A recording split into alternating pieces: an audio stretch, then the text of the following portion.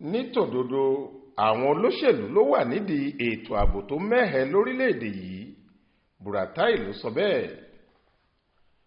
Ọ̀gá àgbà tẹ́lẹ̀ fún iléeṣẹ́ ọmọ ológun ilẹ̀ wa, Ọ̀gágun Yusuf Tọkọ Buratai ti fọ̀rọ̀ fọ́gbà yànga pé ọ̀rọ̀ ètò ààbò tó mẹ́hẹ lórílẹ̀‐èdè yìí kò ṣẹ̀yìn bí àwọn olóṣèlú ṣe ń lo ọwọ́ agbára láàrin ara wọn tí wọ́n sì máa ń ṣe èmi jù ẹ́ ìwọ ojú mi láàrin ara wọn.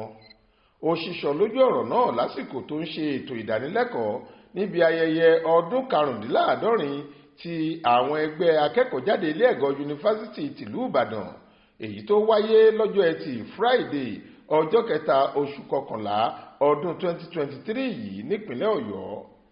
Ó fi ìrírí rẹ̀ sọ̀rọ̀ nípa bí àwọn kan ṣe gbìmọ̀pọ̀ nígbà kan pé kí wọ́n yọ òun dànù nípò, tí kì í dẹ̀ ṣe pé òun kò ṣiṣẹ́ òun bó ti yẹ, ṣùgbọ́n àwọn olóṣèlú kan ni wọ́n fẹ́ fi bí agbára wọn ti tó hàn, pàápàá àwọn tó wà nílé ìgbìmọ̀ aṣòfin.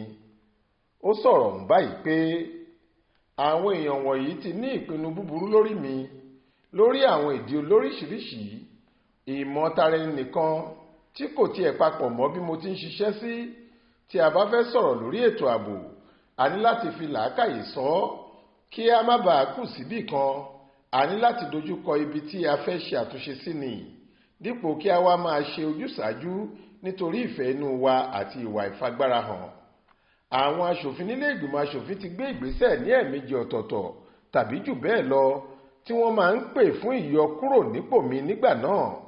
Ààrẹ àná ajagunfẹ̀yìntì Muhammadu Buhari ló dá àwọn ilé ìgbìmọ̀ aṣòfin 9 lẹ́kun láti panumọ́ pé kí wọ́n kọjú mọ́ iṣẹ́ tiwọn, nítorí ìtumọ̀ ohun táwọn aṣòfin sọ nígbà náà ni pé àwa ọmọ ológun fẹ́ dojú ìjọba alágbádá bolẹ̀. Ó yẹ kí eléyìí náà jẹ́ ẹ̀kọ́ fún àwọn olóṣèlú.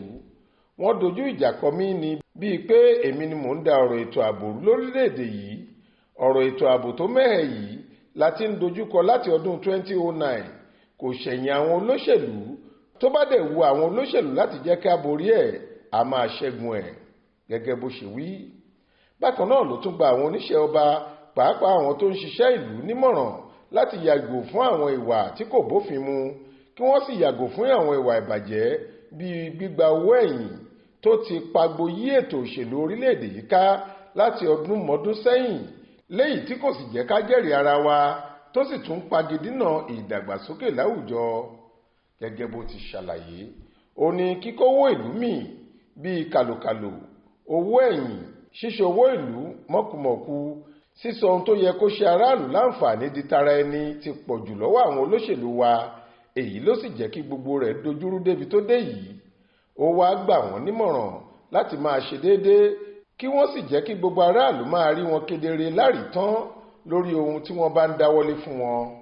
Ó kádìí ọ̀rọ̀ rẹ̀ pẹ̀lú bó ṣe bu ọ̀nà àtẹ́lu bí àwọn olóṣèlú ṣe sọ irọ́ pípa di bárakú, tí wọ́n sì máa ń ṣe àwọn ohun tó tako nǹkan tí wọ́n ṣèlérí nígbà ìpolongo ìbò.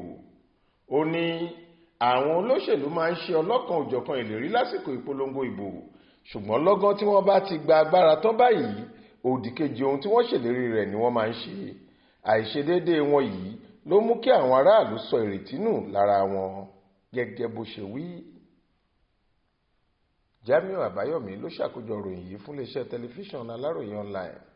Faith Adébọ́lá ló kà á sétí ìgbọ́ yín.